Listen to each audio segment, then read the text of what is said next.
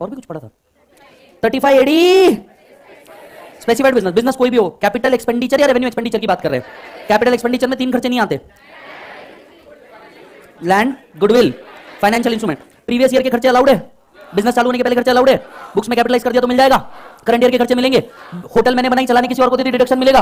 जो asset hold किया वो कितने साल के लिए होल्ड करना है? 8 साल से पहले कभी भी सेल कर दिया तो actual cost less notional depreciation PGBP माना जाएगा क्या? अरे हाँ। अच्छा मुझे एक और बात बताइएगा साहब, इसमें जो प्लांट एंड मशीनरी लेनी है वो न्यू प्लांट एंड मशीनरी चाहिए, वो न्यू प्लांट एंड मशीनरी चाहिए। लेकिन फॉरेन से सेकंड हैंड इंपोर्ट करेंगे चलेगा क्या?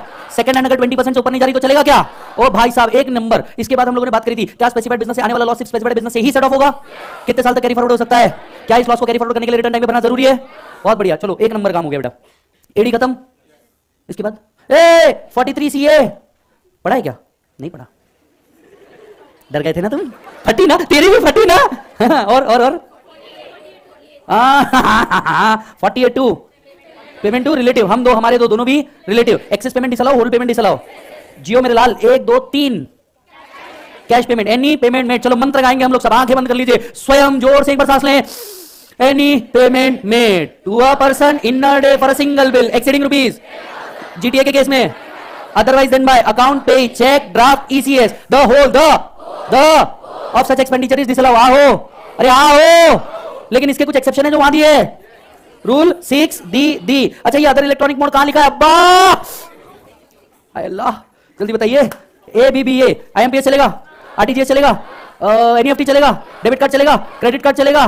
चल भाई एक नंबर। इसके बाद हमने पढ़ा 40A7, क्या तुम्हें याद है? ग्रेचुटी कौन सी वाली, अप्रूव्ड या अनअप्रूव्ड? अलाउ या डिसअलाउ? अरे अलाउ या डिसअलाउ?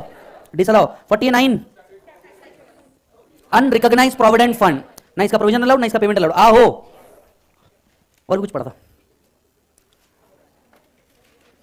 सब खत्म, सब खत्म।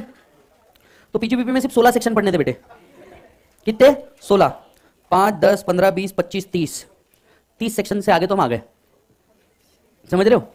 That's how your institute works. Yes, बढ़ते हैं आज आगे। आज हमें 35 की सीरीज उठानी है।